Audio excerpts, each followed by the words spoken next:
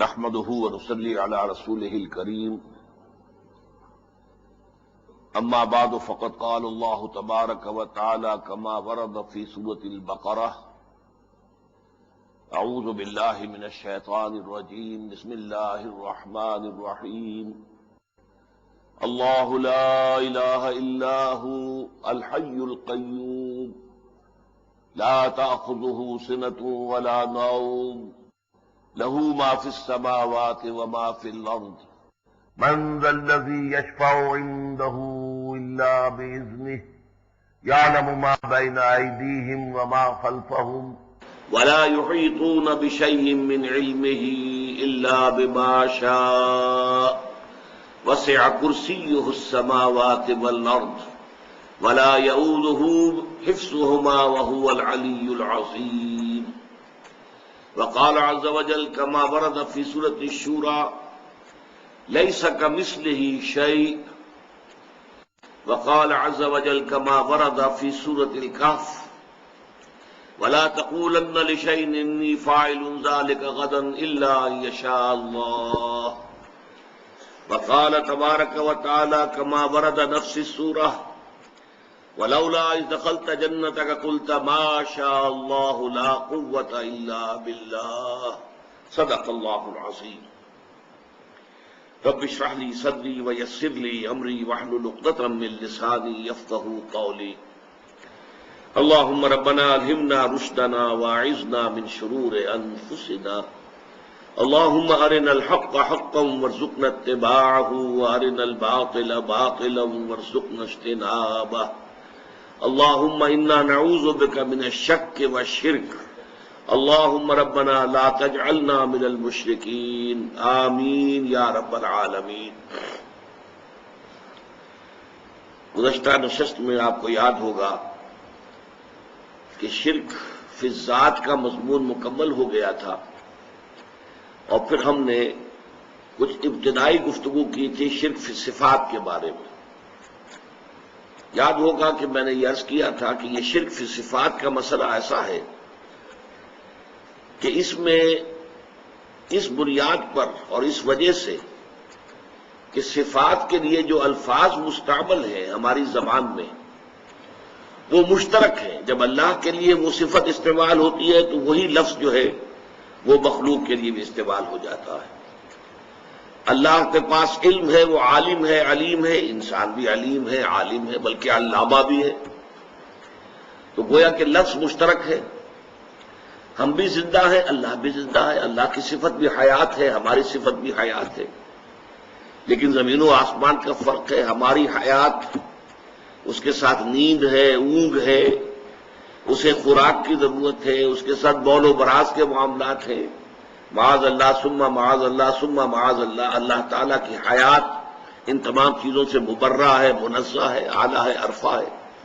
تو حیات کا ایک لفظ تو مشترک ہو گیا، لیکن حیات کا لفظ جب اللہ کے لیے استعمال ہوگا الحی القیوم، جیسے کہ ابھی میں نے آیت الکرسی کی تلاوت کی ہے، تو جیسے کہ قرآن مجید میں شرک فی الذات کے ضمن میں جامع ترین اور عظیم ترین سورت ہے سورۃ الاخلاص، قل هو اللہ احد اللہ الصمد لم یلد ولم یولد ولم یکن له کفوا احد۔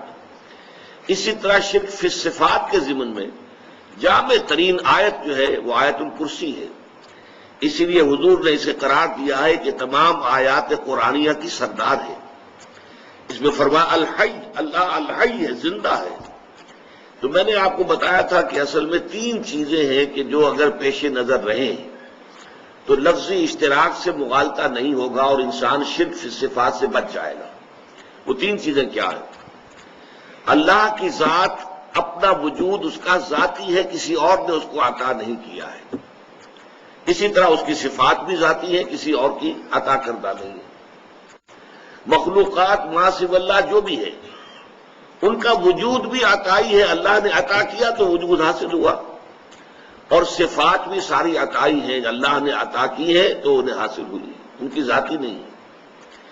اللہ کا وجود بھی قدیم ہے، صفات بھی قدیم ہے، ہمیشہ سے ہے۔ ما سوی اللہ مخلوقات ان کا وجود بھی حادث اور صفات بھی حادث۔ اللہ کا وجود بھی لا متناہی، مطلق، ایبسولیوٹ، کوئی انتہا نہیں، لامحدود. اسی طرح اس کی صفات بھی لامحدود، مطلق، ایبسولیوٹ. ما سوی اللہ کوئی بھی ہو، کسے باشد، جملہ مخلوقات، ان کا جو وجود ہے وہ بھی محدود ہے، لمیٹڈ ہے، اور اسی طریقے سے صفات بھی محدود ہے. تو یہ اگر تین چیزوں کے مقابلے میں ذہن میں رہے تو انسان شرک فی صفات سے بچ بھی جاتا ہے، اور پھر اسی کے حوالے سے بہت سے جو مہم مسائل ہیں، بہت اہم مسائل، وہ بھی حل ہوتے چلے جاتے ہیں. عام طور پر اللہ تعالیٰ کی ویسے تو صفات آپ کو معلوم ہے، تمام صفاتی نام 99 ہے، صفات سے ہی ہے، لیکن یہ ہے کہ ان میں سے 6 کو مانا گیا ہے کہ یہ بڑی بنیادی صفات ہیں.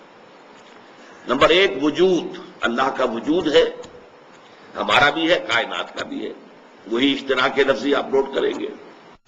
پھر وجود، اس کے بعد نمبر 2 صفت حیات، نمبر 3 علم، نمبر 4 قدرت، نمبر 5 ارادہ یا مشیت، نمبر 6 کلام. یہ اللہ تعالیٰ کی 6 بنیادی صفات ہیں. باقی ساری صفات جو ہے وہ انہی کی کرولریز ہیں، فروع ہیں. جیسے اللہ علیم ہے، سمیع ہے، بصیر ہے، خبیر ہے. اب یہ ساری کیا ہیں؟ اسی علیم ہی کی در حقیقت کیفیات ہیں. سننے والا، جاننے والا، دیکھنے والا اور باخبر، تو یہ سب علیم کے اندر آ گیا. اسی طریقے سے وہ قدیر ہے، قادر ہے، وہی رافع ہے، وہی خافض ہے، وہی باسط ہے، وہی ہے در حقیقت محیی، زندہ کرنے والا، وہی ہے ممیت، موت طاری کرنے والا. اس اعتبار سے تمام جو اس کی قدرت کے مختلف پہلو ہیں وہ آپ کو اسماء میں نظر آ جائیں گے. تو یہ جو 6 صفات ہیں اللہ تعالیٰ کی کہ جو بنیادی ہیں، اب ان کے حوالے سے ہم نے ایک مسئلہ کسی قدر حل کر لیا تھا. یہ علم غیب کا مسئلہ جو ہے نبی اکرم صلی اللہ علیہ وسلم کے لیے یا کسی اور ولی اللہ کے لیے یا کسی اور نبی کے لیے یا ملائکہ کے لیے، تو پہلی بات تو یہ ہے کہ ان 3 تحدیدات کے اندر چنانچہ میں نے آپ کو بتایا تھا کہ بریلوی مکتب فکر کے اب تو خود بہت بڑے عالم ہیں وہ اپنے علاقے میں، منٹگمری میں، جو اب ساہیوال کہلاتا ہے. میں یہ بات کر رہا ہوں آج سے کوئی 40 سال پہلے کی کہ میں نے ان سے گفتگو کی تھی. تو انہوں نے کہا کہ حضور کے علم کے بارے میں ہم 3 باتیں مانتے ہیں. اپنی انہوں نے کتابیں لا کے حوالے دیے کہ دیکھیے لکھا ہوا یہاں پر یہ ساری چیزیں، میں صرف آپ سے کہہ نہیں رہا بلکہ ہمارے ہاں جو مستند عقائد ہیں ان میں لکھا ہوا ہے. حضور کا علم ذاتی نہیں ہے، عطائی ہے. حضور کا علم قدیم نہیں ہے، حادث ہے. حضور کا علم کل نہیں ہے، تمام نہیں ہے، غیر محدود نہیں ہے، محدود ہے. میں نے کہا اگر آپ یہ 3 باتیں مانتے ہیں تو میرا جھگڑا تو آپ سے ختم ہو گیا. باقی ایک لفظی بحث باقی رہ جاتی ہے. غیب کی ایک ڈیفینیشن یہ کر لی گئی ہے کہ غیب کا علم وہ ہے جو از خود حاصل ہو جائے. تو از خود تو کسی مخلوق کو کوئی علم حاصل نہیں ہوتا. فرشتوں کا قول قرآن مجید میں موجود ہے، میں پچھلی مرتبہ آپ کو سنا بھی چکا ہوں. جب ان سے کہا گیا کہ اچھا اب نام بتاؤ جو آدم نے بتائے ہیں تم بتاؤ، انہوں نے کیا کہا؟ سبحانک لا علم لنا الا ما علمتنا، تو پاک ہے اور ہمیں تو کوئی علم حاصل نہیں ہے سوائے اس کے جو تو نے ہمیں سکھایا ہے. ظاہر بات ہے کہ ہمارا علم کل کا کل عطائی ہے، تیرا عطا کرتا ہے. ابھی آیت الکرسی کی جو میں نے تلاوت کی، اب اس میں دیکھیے کہ مخلوقات کا علم اور اللہ کے علم کو مقابلے میں لائے ہیں. قرآن مجید فلسفیانہ اصطلاحات اور علم کلام کی اصطلاحات پہ بات نہیں کرتا، بات اپنی کر دیتا ہے واضح لیکن سادہ الفاظ میں. فرمایا یعلم ما بین ایدیہم وما خلفہم، اللہ تعالیٰ تو جانتا ہے جو بھی کچھ تمام مخلوقات کے سامنے ہے اور جو کچھ ان کے پیچھے ہے. جو ان کے لیے غیب ہے وہ بھی جانتا ہے، جو ان کے لیے حاضر اور شاہد ہے وہ بھی جانتا ہے. وَلَا يُحِيطُونَ بِشَيْءٍ مِّنْ عِلْمِهِ إِلَّا بِمَا شَاءَ، لیکن جملہ مخلوقات اللہ تعالیٰ کے علم میں سے کسی بھی شے کا احاطہ نہیں کر سکتی سوائے اس کے جو اللہ خود چاہے. یہ ہے در حقیقت وہ باریک فرق. اگر یہ سامنے رہے تو ظاہر بات ہے کہ یہ تو اپنی ایک موٹی سی بات ہے کہ اگر کے علم میں اور حضور کے علم میں کوئی فرق نہ ہو تو پھر نبوت کے معنی دارت، نبوت کے معنی کیا ہوئے پھر؟ یقیناً حضور کو غیب کا علم دیا گیا، وہی مانا کہ آنے والی خبریں حضور نے دی ہیں۔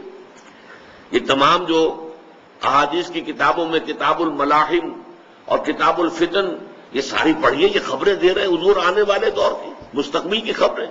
مستقبل غیب ہوتا ہے، مستقبل جو ہے وہ شہادہ میں تو نہیں ہے، حاضر میں تو نہیں ہے، غیب ہے۔ اور ظاہر بات ہے کہ حضور نے فرشتوں کو دیکھا، حضور نے جنت کو دیکھا، حضور نے دوزخ کو دیکھا، یہ ساری چیزیں ہمارے لیے غیب ہیں۔ تو لا یظہر علی غیبہ الا من ارتضی من رسول، اللہ تعالیٰ اپنے غیب پر مطلع نہیں فرماتا سوائے اپنے رسولوں میں سے جس کو چاہے۔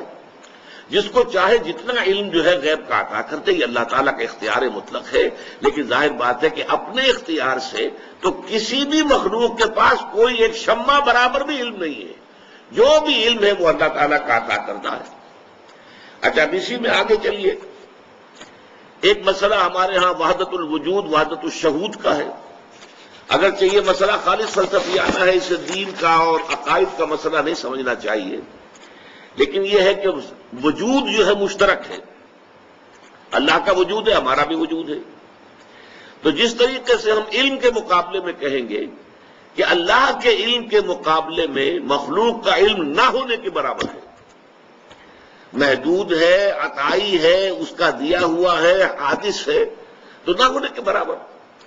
چنانچہ آپ میں سے بہت سے حضرات کو یاد ہوگی دعائے استخارہ، جو اس کے بارے میں آتا ہے، صحابہ کرام بتاتے ہیں کہ ہمیں اس طرح حضور نے یہ دعا تلقین فرمائی اور یاد کرائی جیسے کہ قرآن مجید ہمیں پڑھایا اور یاد کرایا۔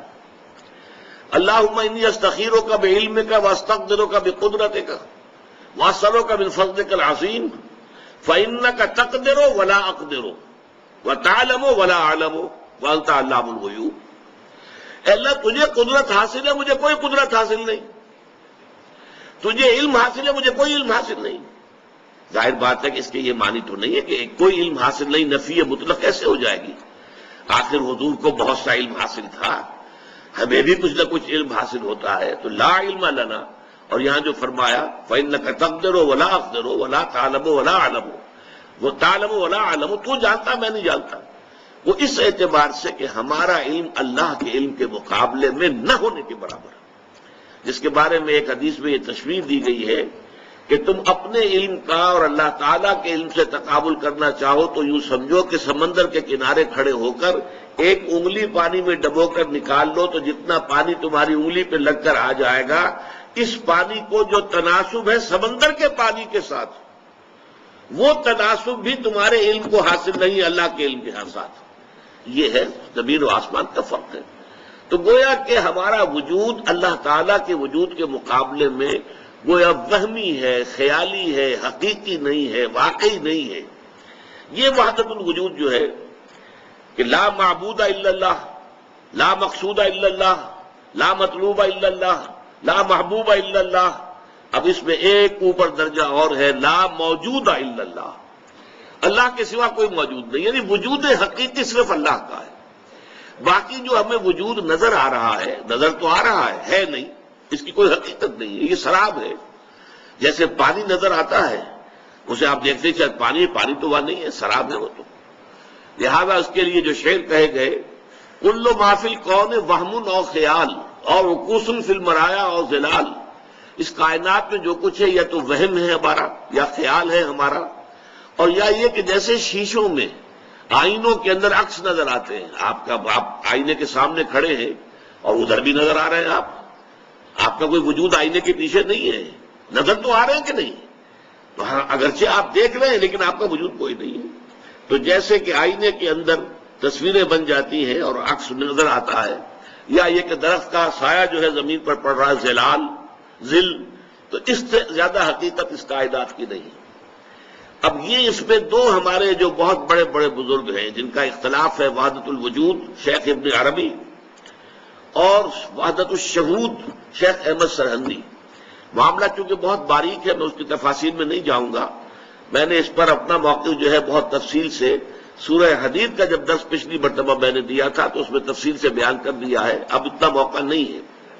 لیکن دیکھیے شیخ احمد سرہندی رحمۃ اللہ علیہ ایک مثال دیتے ہیں، حالانکہ وہ وحدت الشہود کے قائل ہے، وحدت الوجود کے قائل نہیں ہے، وحدت الوجود کی تو سب سے شدید نفی انہوں نے کی ہے، اور وحدت الوجود ہی کے جواب میں انہوں نے وحدت الشہود کا فلسفہ جو ہے وہ پیش فرمایا ہے۔ لیکن مثال ان کی کیا ہے کہ اگر آپ کوئی ایک لکڑی لے کر اور اس کے ایک سرے کے اوپر کپڑا باندھ دیں اور اس میں تیل ڈال دیں، مٹی کا تیل، اور پھر آگ لگا دیں تو مشعل آپ کے پاس آ گئی۔ یہ مشعل جو ہے اسے تیزی کے ساتھ دائرے میں حرکت دیجئے تو آپ کو ایک آتشین دائرہ نظر آئے گا، یو ول سی اٹ، ایک سرکل ہے آگ کا، کیونکہ آپ تیزی کے ساتھ حرکت دے رہے ہیں اس کو مشعل کو، تو آپ کو وہ جو ایک مشعل جو ہے وہ آپ کو ایک دائرے کی شکل میں نظر آئے گی، نظر آ رہی ہے لیکن آپ کو معلوم ہے کہ دائرہ موجود نہیں ہے۔ ہر چند کہیں کہ ہے نہیں ہے، نظر آ رہا ہے نہیں۔ مغربی فلاسفہ میں سے بریڈلے نے اس پر جو کتاب لکھی تھی اپیئرنس اینڈ ریئلٹی، یہ اپیئرنس جو کچھ ہمیں نظر آ رہا ہے کائنات کے اندر یہ ریئل نہیں ہے، ریئلٹی سم تھنگ اور، وہ کچھ اور شے ہے۔ تو اس حوالے سے یہ جو وجود کا معاملہ ہے کہ ہم اپنے وجود کو اللہ پر قیاس نہیں کر سکتے اور اللہ کے وجود کو اپنے وجود پر قیاس نہیں کر سکتے، یہ دونوں جو ہے متمائز ہیں، متغائر ہیں، اور اللہ کے وجود کے مقابلے میں ہمارا وجود نہ ہونے کے برابر ہے۔ البتہ اس وحدت الشہود یا وحدت الوجود کی جو عامیانہ تشریح کی جاتی ہے عمومی سطح پر عام لوگوں کے اندر، وہاں یقیناً خطرے پیدا ہو جاتے ہیں، اور وہاں پینتھیزم کے ساتھ ہماؤست کے ساتھ اس کی ایک مشابہت پیدا ہو جاتی ہے۔ یہی وجہ ہے کہ ہمارے بہت سے ائمہ نے، امام ابن تیمیہ رحمۃ اللہ علیہ نے بڑی شدت کے ساتھ جو ہے مخالفت کی ہے اور نفی کی ہے وحدت الوجود کی، اور اسی انداز میں جو ہے شیخ احمد سرہندی نے وحدت الوجود کی نفی کی ہے، اس لیے کہ وحدت الوجود کی تعبیر جو ہے باریک ہو کر پینتھیزم کے ساتھ جا کر مل جاتی ہے، ہماؤست کے ساتھ۔ اس حوالے کو یوں سمجھنا چاہیے کہ در حقیقت اس میں زمین و آسمان کا فرق یوں ہے، پینتھیزم میں کائنات کو حقیقی مانتے ہیں، اللہ اس کائنات میں گم ہو گیا ہے، اللہ نے یہ شکل اختیار کر لی، اب اللہ کا وجود علیحدہ نہیں ہے، اللہ اس کائنات میں گم ہو گیا، حل ہو گیا، جیسے نمک پانی میں حل ہو گیا، کہاں نمک آپ کو نظر آئے گا، یا چینی تھی پانی میں حل ہو گئی۔ تو یہ جو ہے یہ کیفیت ہے کہ اب وجود حقیقی کائنات کا اور اللہ کا وجود گم، جبکہ ان حضرات کا کہنا یہ ہے، چاہے وہ شیخ ابن عربی ہو اور چاہے شیخ احمد سرہندی ہو، کہ کائنات کا وجود ہے ہی نہیں، نظر آتا ہے۔ حضرت شیخ احمد سرہندی کے الفاظ یہ ہیں، ای الصنعت باری تعالی است، یہ اللہ تعالیٰ کی کاریگری ہے کہ معدوم را موجود می نمائند، کہ معدوم جو شے ہے اس کو وہ موجود کی شکل میں دکھا رہے ہیں، حقیقت اس کائنات کی کوئی نہیں ہے۔ بس میں اس پر اس سے زیادہ آگے نہیں بڑھنا چاہتا، لیکن یہ مسئلہ بہت باریک، بہت ٹیڑھا ہے، لیکن میں نے صرف اس لیے ذکر کر دیا کہ ہمارے ہاں اس چیز میں فرق کو نہ جاننے کی وجہ سے بہت سے حضرات کو، ہمارے بہت سے جو بزرگ ہیں اسلاف، ان سے سوء ظن ہو گیا ہے۔ نوٹ یہ کرنا چاہیے پینتھیزم اور ہے، پینتھیزم ہماؤست، کہ اللہ ہی نے اس کائنات کی شکل اختیار کر لی ہے، کائنات حقیقی ہے، اللہ کا وجود اس میں غائب ہو گیا ہے۔ لیکن وحدت الوجود کے در حقیقت یہ نہیں ہے، اس میں زمین و آسمان کا فرق ہے، وجود حقیقی صرف اللہ کا ہے، باقی جو نظر آ رہا ہے یہ غیر حقیقی ہے، اعتباری ہے، اس کی جو ہے آربیٹریری قسم کی ایگزسٹنس ہے، اس کی کوئی حقیقت نہیں ہے، یہ ہے ان کا۔ اب کوئی اس کو مانے یا نہ مانے، اختلاف کرے، اختلاف کرنے کا حق ہے۔ ایک مرتبہ مولانا داؤد غزنوی رحمۃ اللہ علیہ نے بہت عمدگی کے ساتھ تقریر کی تھی اسی ساہیوال کی مسجد میں، انہوں نے کہا تھا کہ ہمارے بعض نوجوان جو ہیں بڑی بے ادبی کے ساتھ نام لے لیتے ہیں بعض بزرگوں کے، تو یہ ٹھیک نہیں ہے، ہم اختلاف کریں، لیکن اختلاف اس طور سے کریں جیسے حضرت شیخ احمد سرہندی رحمۃ اللہ علیہ نے حضرت شیخ ابن عربی رحمۃ اللہ علیہ سے کیا۔ کوئی اہل حدیث ابن عربی کے ساتھ یہ الفاظ استعمال نہیں کر سکتا، حضرت شیخ ابن عربی رحمۃ اللہ علیہ، لیکن میں نے یہ الفاظ اپنے کانوں سے سنے، اور مسجد، جامع مسجد تھی منٹگمری کی، اس میں انہوں نے واس کہتے ہوئے الفاظ کہے انہوں نے حضرت شیخ ابن عربی سے، اور پھر انہوں نے کوٹ کیا کہ شیخ احمد سرہندی یہ لکھتے ہیں کہ من ذل بردار خان ایشانم، میں تو شیخ ابن عربی کے دسترخوان کے جھوٹے ٹکڑے کھانے والوں میں سے ہوں۔ ذرا اندازہ کیجئے اپنے عجز کا، من ذل بردار خان ایشانم لیکن چکنم، معاملہ صفات باری تعالیٰ، لیکن میں کیا کروں، مجھے شیخ ابن عربی سے اختلاف کرنا پڑ رہا ہے، اس لیے کہ یہ معاملہ صفات باری تعالیٰ سے متعلق ہے، لہذا ان کی رائے سے میں اختلاف کر رہا ہوں، لیکن ان کی شان میں سوء ادب سے نہیں، اختلاف بھی ہوگا تو ادب کے ساتھ ہوگا۔ بس یہ میں چاہتا ہوں کہ اختلاف کتنا بھی ہو، لیکن یہ ہے کہ ان بزرگوں سے، اس لیے کہ ہمارے ہاں تقریباً تمام صوفیہ وحدت الوجود کے قائل ہیں۔ شاہ ولی اللہ دہلوی بہت بڑے محدث، اور ان کا کہنا یہ ہے کہ ان دونوں کے مابین وحدت الوجود اور وحدت الشعور کے درمیان باریک سا تعبیر کا فرق ہے۔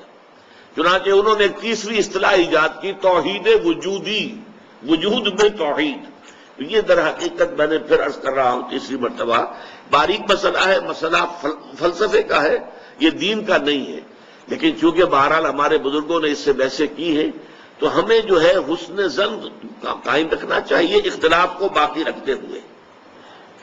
اب آگے چلیے، تیسرا مسئلہ جو اس شرک فی الصفات کے حوالے سے حل ہوتا ہے وہ کیا ہے؟ جیسے کہ ابھی تک ہم نے صفات کی بات کی ہے، انسانوں کی صفات، فرشتوں کی صفات، ملائکہ کی صفات، انبیاء اولیاء اللہ کی صفات، لیکن ایک صفات وہ ہے جنہیں ہم پڑھتے ہیں سائنس میں، پراپرٹیز آف دی میٹر۔ فلاں چیز کی یہ خاصیت ہے، فلاں چیز میں یہ صفت ہے، فلاں چیز کے اندر یہ تاثیر ہے، فلاں چیز میں یہ پڑھتے ہیں کہ نہیں پڑھتے؟ ساری کیمسٹری، فزکس وغیرہ اسی پر چلتی ہے نا۔ تو ہمارے ذہن میں جدید جو سائنس ہے اس نے یہ بات بٹھا دی ہے کہ properties of the matter are permanent, وہ اس سے جدا نہیں ہو سکتی، جبکہ اصل توحید فی صفات کا تقاضا کیا ہوگا؟ یہ پراپرٹیز، یہ تاثیرات، یہ صفات، یہ خواص اللہ نے عطا کیے ہیں، ذاتی نہیں ہیں، اور جب تک چاہے گا اللہ یہ صفات ظاہر ہوں گی، جب نہیں چاہے گا صفت ظاہر نہیں ہوگی۔ یہ ہے در حقیقت یہ توحید فی صفات کا تقاضا کہ میٹیریلزم جو ہے ایک فلسفے کی حیثیت سے، ایک ایٹیٹیوڈ آف مائنڈ کی حیثیت سے میٹیریلزم سے انسان جو ہے نجات حاصل کرے۔ اب مثال کے طور پر اس کا کتنا بڑا جو ہے ہمارے بڑے بڑے جو ہے شخصیتیں اس کا شکار ہو گئی۔ سر سید احمد خان شکار ہوئے جنہوں نے کہ معجزات کا انکار کر دیا۔ کیسے ہو سکتا ہے؟ پانی کی یہ پراپرٹی ہے، واٹر کیپس اٹس سرفیس، پانی اپنی سطح برقرار رکھتا ہے۔ کیسے ہو سکتا ہے کہ ایک عصا پڑے پانی کے اوپر سمندر پر، سمندر پھٹ جائے؟ انہونی بات ہے، نہیں ہو سکتی۔ یہ سر سید احمد خان کا موقف ہے۔ انہوں نے کہا یہ ہواؤں کا معاملہ تھا، ایک دفعہ بڑی تیز ہوا چلی، وہ سمندر کو ایک طرف لے گئی، پھر بعد میں وہ ہوا بند ہو گئی، سمندر واپس آ گیا۔ لیکن قرآن مجید یہ کہتا ہے فَانْفَلَقَ الْبَحْرُ فَكَانَ كُلُّ فِرْقٍ كَالطَّوْدِ الْعَظِيمِ، سمندر پھٹ گیا اور اس کا ہر حصہ جو ہے چٹان کے مانند کھڑا ہو گیا۔ الفاظ یہ ہیں، لیکن کیا ہے ذہن کے اوپر وہ نیوٹونین دور جو تھا، Newtonian physics, properties of the metre, laws of nature, laws of motion, یہ تو بالکل اٹل ہے، وہی سے زیادہ مضبوط ہے، ان میں کسی کمی بیشی کا امکان نہیں۔ آگ کی صفت ہے، آگ کی پراپرٹی ہے، وہ جلا دیتی ہے۔ کیسے ممکن ہے کہ حضرت ابراہیم علیہ السلام کو آگ میں ڈالا گیا ہو اور وہ جلے نہ ہو؟ نہیں ہو سکتا۔ یہ سارا معجزات، اسی کو نیچریت کہتے تھے ایک زمانے میں، جب سر سید کا یہ فکر جو ہے عام ہونا شروع ہوا، اور اس نے پھر اور بہت انڈے بچے دیے ہیں بہت سے لوگوں میں۔ قادیانیوں نے بھی یہ چیزیں جو ہے سر سید سے اخذ کی ہیں، اور اسی طریقے سے ہمارے ہاں کے منکرین حدیث جو ہیں، غلام احمد پرویز ہوں یا کوئی اور ہوں، ان سب کے بابا آدم سر سید احمد خان تھے۔ یہ نوٹ کر لیجئے کہ سر سید احمد خان مرحوم، ان کی شخصیت کے دو پہلو تھے۔ ایک پہلو بہت عمدہ تھا، مسلمانوں کے ہمدرد، بہی خواہ، مسلمانوں کے لیے ان کے خیر خواہ، ان کے لیے بہتری سوچنے والے۔ ہندوستان میں مسلمانوں کا کیا معاملہ ہو جائے گا اگر انہوں نے جدید تعلیم حاصل نہ کی، اگر وہ بالکل جو ہے آئیں گے نہیں، نہ ملازمتیں ملیں گی، وہ تو صرف سکے رہ جائیں گے یا قصائی بن کر رہ جائیں گے، اور تو کچھ کام ان کا ہوگا نہیں۔ تو وہ ایک محب قوم کی حیثیت سے ان کا معاملہ جو ہے وہ علیحدہ ہے۔ اس اعتبار سے وہ ہمارے بہت محترم ہے اور بہت ہی قابل عزت انسان ہے۔ لیکن وہ جو متکلم اور مفسر بن کر بیٹھ گئے، اس کے اعتبار سے ان سے بہت بڑی بڑی غلطیاں ہوئی ہیں۔ جنات کا انہوں نے انکار کر دیا، وہ تو چونکہ انویزیبل ہے، نظر نہیں آتے جنات تھے۔ جن سے مراد در حقیقت یہ جو کہہ دیا ہے کہ جن آگ سے پیدا کیے گئے، یہ استعارہ ہے، محاورہ ہے۔ آپ کسی شخص کو کہتے ہیں کہ وہ غصے میں آگ بگولا ہو گیا، تو وہ آگ تو نہیں ہو جاتا، انسان ہی رہتا ہے، لیکن مشتعل مزاج انسان کو جن کہہ دیا گیا، جو کہ غصے میں ایک دم آ جائے، ایک دم بھڑک اٹھے، جیسے آگ بھڑک اٹھتی ہے ایسے وہ جنات۔ اب یہ ان کی تعویل ہے۔ فرشتوں کا انکار کر دیا کیونکہ فرشتے نظر نہیں آتے، فرشتے نہیں ہیں، یہ سب فورسز آف دی نیچر ہے، اس کے سوا کچھ نہیں ہے۔ فورسز آف دی گریوٹی ایک فورس آف دی نیچر ہے، اس کو ایک فرشتہ قرار دے دیا گیا۔ یہ ساری چیزیں کہاں سے پیدا ہوئی ہیں؟ اگرچہ آج وہ میٹیریلزم ختم ہو چکا ہے فزکس کی دنیا سے بھی، جب سے کہ دوسرا دور آیا ہے، آئنسٹائن کا دور آیا، ریلیٹیوٹی کا دور آیا، اس وقت سے یہ سارا معاملہ جو ہے بدل کر رہ گیا ہے۔ اب وہ نہیں ہے صورت، اب تو میٹر جو ہے، پہلے جب ہم پڑھتے تھے تو میٹر واز انڈسٹرکٹیبل، میٹر ختم ہو ہی نہیں سکتا، اور اب ہمیں معلوم ہے میٹر انرجی کے اندر تبدیل ہو جاتا ہے، میٹر کا وجود ختم ہو جاتا ہے، تحلیل ہو جاتا ہے، وہ انرجی بن گئی۔ پہلے یہ انرجی اور میٹر یہ علیحدہ کیٹیگریز تھی سائنس کی، آج یہ ایک ہی ہے، انٹر کنورٹیبل ہے۔ تو اس اعتبار سے وہ جو نیوٹونین دور تھا فزکس کا، اس کے جو اثرات تھے ہمارے مفسرین پر، ہمارے علماء پر، اس میں معجزات کے انکار والی بات بھی آئی ہے۔ اسی مادے کی صلاحیتوں پر اعتماد اور توکل کرنا، اس سے مادہ پرستی، عملی شرک کی ایک خفی شرک کی شکل پیدا ہوتی ہے کہ ہمارا جو ہے اپنی ذہانت، اپنی فطانت، اپنے علم اور ان چیزوں پر اور مادی اسباب و وسائل کے اوپر اعتماد اور زوم ہو جانا، یہ کام میں کل ضرور کر دوں گا، کیوں؟ مجھے معلوم ہے میرے پاس سارے وسائل اور ذرائع موجود ہیں، کل صبح مجھے ضرور جانا ہے، مجھے اسلام آباد جانا ہے، اور ظاہر بات ہے کہ میں نے ساری تیاری کر لی ہے، گاڑی کی جو ہے وہ سروس کروا لی ہے، اس میں پیٹرول کا جو ٹینک ہے وہ فل کرا لیا ہے، سب کچھ ہو گیا ہے، تو اب کوئی رکاوٹ نہیں ہے، صبح اٹھوں گا چل دوں گا، کیونکہ مادے پر پورا اعتماد ہے، مادی وسائل و اسباب پر پورا اعتماد ہے، پورا توکل ہے کہ یہ ساری چیزیں جو ہے موجود ہیں، تو ظاہر بات ہے کہ پھر میرے جانے میں کیا رکاوٹ آئے۔ لیکن اسی بات کو قرآن مجید میں سختی سے روک دیا گیا، وَلَا تَقُولَنَّ لِشَيْءٍ إِنِّي فَاعِلٌ ذَلِكَ غَدًا إِلَّا أَن يَشَاءَ اللَّهُ، ہرگز کبھی یہ نہ کہنا کہ یہ کام میں کل ضرور کر دوں گا، مگر اس استثناء کے ساتھ اگر اللہ نے چاہا، چاہے سارے وسائل ہیں، سارے اسباب ہیں، سب کچھ موجود ہے، لیکن اس کام کے ہونے کا دار و مدار اللہ کے اذن پر ہے۔ اسی لیے لا قوت الا باللہ، اسی سورہ کہف کے اندر جہاں یہ آیت آئی ہے وَلَا تَقُولَنَّ لِشَيْءٍ إِنِّي فَاعِلٌ ذَلِكَ غَدًا إِلَّا أَن يَشَاءَ اللَّهُ، وہیں پر یہ بھی آیا ہے، دو اشخاص کا جو ہے وہاں پر مکالمہ آیا ہے 5ویں رکوع میں، ان میں سے ایک مال مست تھا، ایک خدا مست تھا، خدا مست درویش اور ایک مال مست سرمایہ دار، ان دونوں کا مکالمہ آیا، تفصیل میں جانے کا موقع نہیں ہے۔ اس میں یہ ہے کہ اس شخص کے 2 باغ تھے بڑے عمدہ، اس نے سارا بندوبست کیا ہوا تھا، اریگیشن کا پورا نظام تھا، انہوں نے کہا یہ میرا باغ کیسے ختم ہو سکتا ہے، ما ظن ان تبید ھذہ ابدا، کیا تم مجھ سے کہہ رہے ہو کہ اللہ کا شکر ادا کرو، اللہ کا حق ادا کیا کرو، دیکھو یہ چیزیں اللہ نے تمہیں دی ہیں، ایسا نہ ہو کہ اللہ چھین لے، یہ ما ظن ان تبید ھذہ ابدا، یہ تو میں نہیں سمجھتا کہ یہ جو میرا باغ ہے کبھی اجڑ بھی سکتا ہے، کبھی برباد بھی ہو سکتا ہے، میں نے سارے اسباب اس کے لیے تیار کر رکھے۔ اس کے جواب میں پھر کہا تھا اس نے، قال له صاحبه وهو يحاوره اكفرت بالذي خلقك من تراب ثم من نطفة ثم سواك رجلا لكن هو الله ربي ولا اشرك بربي احدا ولولا اذ دخلت جنتك قلت ما شاء الله لا قوة الا بالله۔ کیوں نہ ایسا ہوا کہ تم اپنے باغ میں جب داخل ہوئے، تمہیں باغ کا منظر بڑا اچھا لگا، بہت عمدہ لگا، باغ جو ہے پھلوں سے لدا ہوا ہے، درخت جو ہے پھلوں سے لدے ہوئے ہیں، باغ میں بہار ہے، تو تم کہتے ماشاء اللہ، یہ سب کچھ اللہ کی مشیت سے ہے، اللہ کی قدرت سے ہے، اللہ کے کرم سے ہے، اللہ کے فضل سے ہے، اللہ کی دین سے ہے، لا قوت باللہ الا باللہ، اللہ کے بغیر کوئی طاقت نہیں، کسی شے میں کوئی تاثیر نہیں۔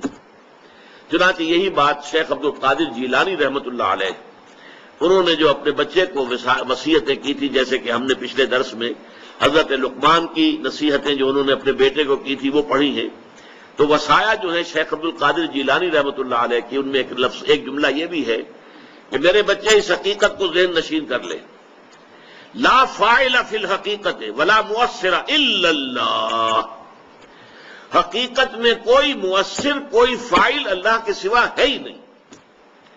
تاثیر کسی شے میں نہیں ہوگی اگر اللہ نہیں چاہے گا. یہاں تک آتا ہے کہ ہر لقمہ جو تمہارے حلق سے نیچے اترتا ہے اللہ سے اذن کا طالب ہوتا ہے کہ میں اس شخص کے حق میں غذا کا کام دوں یا زہر بن کر لڑ جاؤں اسے. یہ اللہ تعالیٰ کے اذن کے بغیر نہیں ہوتا. اس کائنات کا پورا نظام اس کے چلائے چل رہا ہے. وہی ہے در حقیقت یدبر الامر من السماء الى الارض. وہ تدبیر امر کر رہا ہے، اپنی کائنات کو چلا رہا ہے. وہ کسی شے کے پاس کوئی وصف، کوئی تاثیر، کوئی قوت، لا حول ولا قوت الا باللہ، کوئی طاقت نہیں ہے کسی کے پاس، اور کوئی جو ہے نہ بھلائی کی نہ برائی کی، نہ نفع پہنچانے کی نہ نقصان پہنچانے کی، کوئی طاقت کسی کے پاس نہیں مگر اللہ کے کرنے سے. اللہ کے وما تشاؤون الا ان یشاء اللہ. تمہارے چاہے کچھ نہیں ہو سکتا جب تک کہ اللہ نہ چاہے. تم لاکھ چاہو، تمہارے لاکھ جو ہے وہ منصوبے ہوں، تم نے پورا اس کے لیے اہتمام بھی کیا ہو، لیکن یہ ہے کہ جب تک کہ اللہ تعالیٰ کا اذن نہیں ہوگا وہ نہیں ہو سکتا. یہ سمجھ لیجئے کہ مادہ پرستی اس دور کا بہت بڑا شرک ہے. میں نے ابتدا میں عرض کیا تھا کہ یہ شرک جو ہے ہر دور میں نئے بھیس میں آتا ہے، نئی شکل میں آتا ہے. اصل جرم جو ہے ہمیشہ سے، اصل گناہ وہ تو ہے، اس کی جڑ بنیاد شرک ہے. لیکن شرک نے ہر دور میں شکلیں بدلی ہیں، صورتیں تبدیل کی ہیں، اور اس کی صلاحیت ہونی چاہیے کہ آپ اپنے دور کے شرک کو پہچان سکیں. ورنہ یہ ہو سکتا ہے کہ آپ پچھلے دور کے ہمارے علماء نے اپنے اپنے زمانے میں شرک کی حقیقتوں کو بیان کر دیا کھول کر. اب ہم ان تمام چیزوں سے تو بچ گئے ہیں کہ جو چیزیں ہمارے اسلاف نے بیان کر دی کہ یہ بھی شرک ہے، یہ بھی شرک ہے، یہ بھی شرک ہے.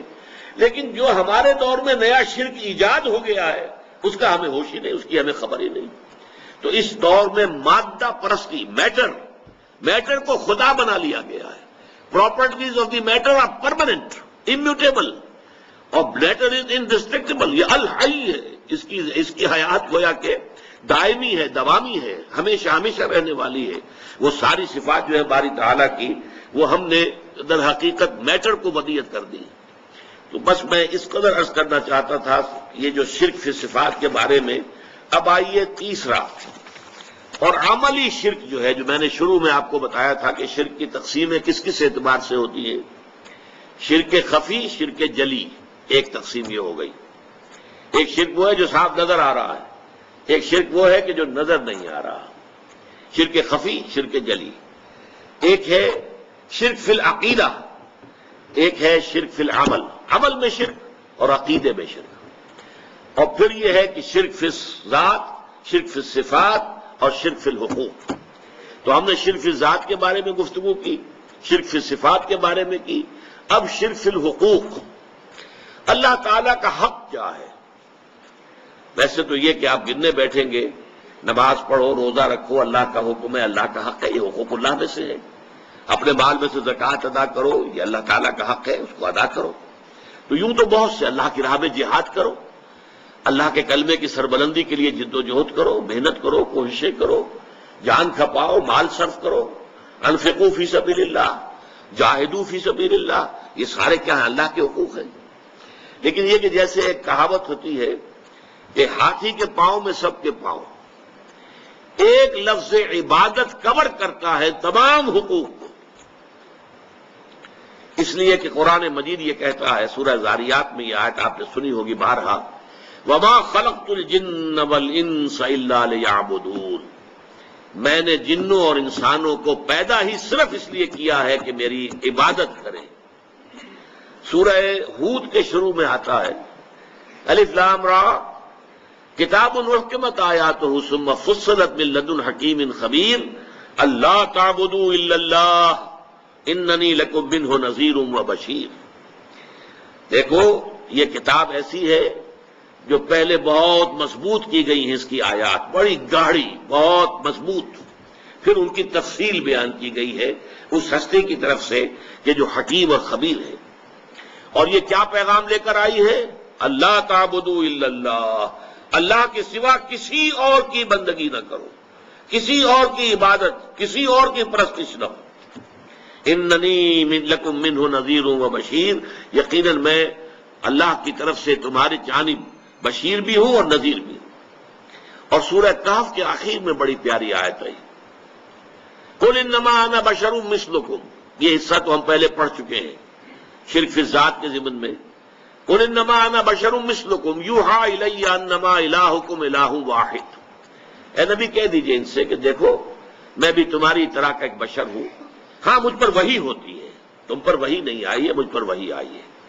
اور اس وحی کا مرکزی نقطہ کیا ہے؟ تمہارا الہ ایک ہی ہے، الہ واحد. اب آگے پڑھیے، فمن کان یرجو لقاء ربہ فلیعمل عملا صالحا ولا یشرک بعبادت ربہ احدا. تو جو کوئی بھی تم میں سے امیدوار ہے اپنے پروردگار سے ملاقات کا، اسے خیال ہے کہ جانا ہے ایک روز اللہ تعالیٰ کے حضور میں حاضری دینی ہے، حساب کتاب ہوگا، اس کے سامنے کھڑے ہونا ہوگا. اما من خاف مقام ربہ ونہى النفس عن الہوى، تو اسے کام دو کرنے چاہیے، عمل کرے اچھے اور اپنے رب کی عبادت میں شرک نہ کرے، اپنے رب کی عبادت میں کسی کو شریک نہ کرے. یہ شرک فی العبادت جو ہے یوں سمجھیے کہ یہ شرک فی الحقوق کی جامع ترین تعبیر ہو جائے گی. اگر عبادت میں سے شرک نکل جائے تو گویا کہ اللہ تعالیٰ کے حقوق جملہ پورے کے پورے صحیح ادا ہو جائے. اب یہ عبادت کیا ہے؟ عبادت کا دیکھ کر جو ایک تو ہمارے ذہنوں میں تصور جو ہے، ہمارا جو زوال کا عرصہ ہے، کئی صدیاں بیت گئیں، وہ غیروں کے غلام رہے، وہ اپنوں کے غلام رہے، شہنشاہیت کا دور رہا، مسلمانوں کی شہنشاہیت، اور پھر یہ کہ غیروں کی کولونیل دور آ گیا. ہوتے ہوتے عبادت کا تصور سکڑ کر رہ گیا. نماز، روزہ، حج، زکوٰۃ یہ عبادات ہیں، اللہ اللہ خیر سمجھ. حالانکہ عبادت کا مطلب کیا ہے؟ عبد سے بنا ہے، غلام جو ہمہ تن مطیع ہوتا ہے اپنے آقا کا، ہمہ تن ہمہ وقت، ہر وقت اسے حکم ماننا ہے. وہ امپلائی ریلیشن شپ نہیں ہوتا کہ 8 گھنٹے کی ڈیوٹی ہے صاحب، اس کے بعد میں جا رہا ہوں السلام علیکم میرا کام ختم ہو گیا. نہیں، یا آپ نے کسی کو رکھا تھا اینٹیں ڈھو رہا ہے یا کچھ اور مزدور ہے، شام کو وہ فارغ ہے، اس کے بعد وہ بھی آزاد ہے اور آپ بھی آزاد ہیں. آپ کا بھی ایک ہی ووٹ ہے، اس کا بھی ایک ہی ووٹ ہے. آپ اس ملک کے جو ہے شہری ہونے کے ناطے سے ایک دوسرے کے ساتھ برابر ہیں، آپ کو کوئی اونچا رتبہ حاصل نہیں.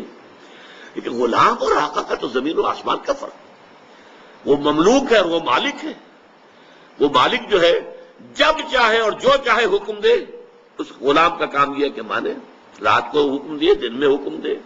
اور اسی طریقے سے اگر وہ آقا جو ہے کوئی کوٹڑی دے دے کہ اس میں تم سو جایا کرو رات کو، تو وہ کوٹڑی کا مالک تو نہیں بن جاتا. کوٹڑی ملکیت تو رہتی ہے آقا کی، ہاں استعمال میں ہے. متاع الحیات الدنیا، دنیا کی زندگی کے برتنے کا سامان ہے بس. باقی یہ کہ ملکیت جو ہے وہ تو آقا کی ہے. اس تصور میں اللہ کی بندگی اور بہت خوبصورتی کے ساتھ ادا کیا شیخ سعدی رحمۃ اللہ علیہ نے. زندگی آمد برائے بندگی، زندگی بے بندگی شرمندگی. وما خلقت الجن والانس الا لیعبدون، یہ تو ہمیں زندگی ملی ہی عبادت کے لیے. لیکن یہ جو میں نے ہمہ وقت ہمہ تن اطاعت اللہ کی عبادت کا تقاضا بیان کیا ہے، یہ بھی ابھی مکمل نہیں ہے. اس میں ایک ایلیمنٹ کا اضافہ ہوگا تب یہ عبادت کا تصور مکمل ہوگا. اور وہ ایلیمنٹ یہ ہے، اطاعت مجبوری کے تحت بھی ہوتی ہے.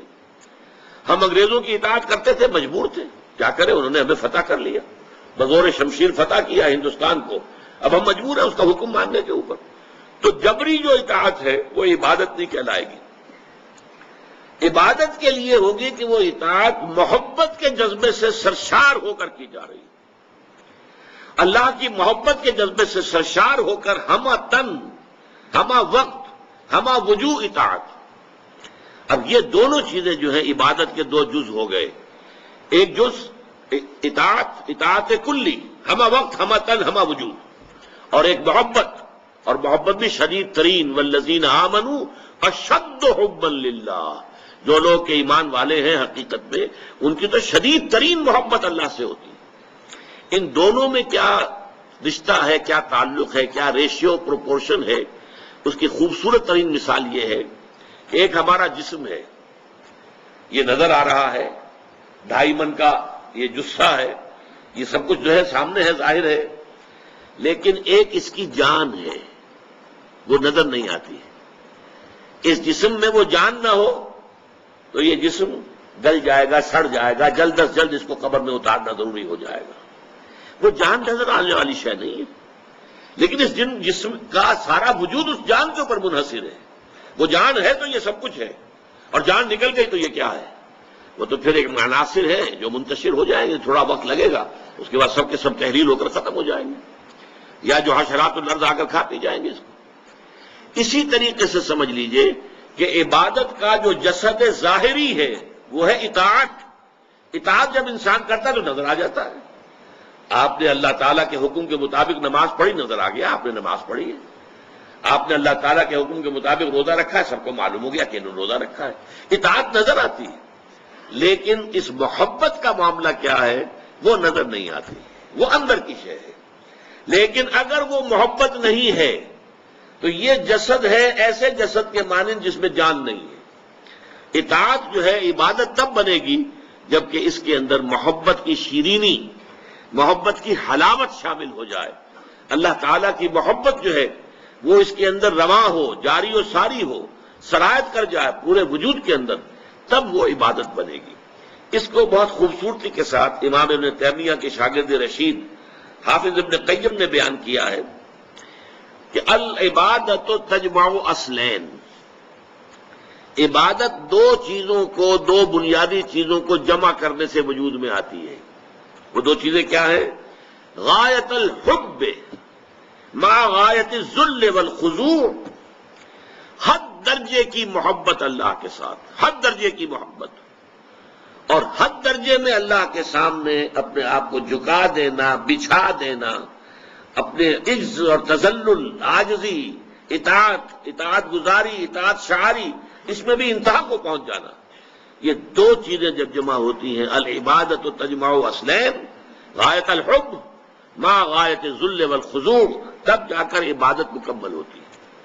تو ہمیں توحید فی العبادت سمجھنی ہے، اور بڑا اہم موضوع ہے عبادت میں توحید کے معنی کیا ہے، اور اسی سے بات واضح ہو جائے گی کہ شرک فی العبادت کیا ہے۔ لیکن ابھی تین پہلو اور عبادت کے نوٹ کر لیجئے تاکہ آپ کے پاس ہو کہ 5 اعتبارات سے ہمیں توحید فی العبادت یا شرک فی العبادت کو سمجھنا ہے۔ پہلی بات یہ کہ توحید فی الاطاعت ورسس شرک فی الاطاعت، ایک طرف توحید فی الاطاعت کیا ہے، اس کے تقاضے کیا ہیں، اور برعکس اس کے شرک فی الاطاعت کیا ہے۔ توحید فی المحبت، اس کا تقاضا کیا ہے، شرک فی المحبت، اس کا تقاضا کیا ہے، اس کا مفہوم کیا ہے۔ اس کے علاوہ کچھ مراسم عبودیت ہوتے ہیں، اللہ کے سامنے اپنی عاجزی کا اظہار، ہاتھ باندھ کر کھڑا ہو جانا، رکوع کرنا، سجدہ کرنا، جیسے سجدہ کیا جاتا ہے درختوں کو، بتوں کو، یہ سب کیا ہے؟ یہ اپنے اظہار عجز و تذلل جو ہے وہ اس ہستی کے سامنے کہ جس کو وہ معبود سمجھ رہے ہیں، تو یہ گویا کہ مراسم عبودیت کہلائیں گے۔ اور نمبر 4، دعا کے بارے میں کہا گیا ہے الدعاء مخ العبادہ، الدعاء هو العبادہ۔ اب اس میں ہمیں دیکھنا ہوگا کہ توحید فی الدعاء سے مراد کیا ہے اور شرک فی الدعاء کیا ہے۔ اور آخری چیز، عبادت کے اللہ کی جناب میں قبول ہونے کی شرط لازم ہے اخلاص، اور اخلاص کی ضد ہے ریا اور سمعہ، کوئی کام کرنا عبادت کا، نیکی کا، لوگوں کو دکھانے کے لیے، اپنے تقویٰ کی دھونس جمانے کے لیے، تو یہ گویا کہ شرک کی پھر وہ بدترین صورت ہو جائے گی جس میں اخلاص کی نفی ہو جاتی ہے۔ ان 5 عنوانات کے تحت انشاءاللہ اگلی نشست میں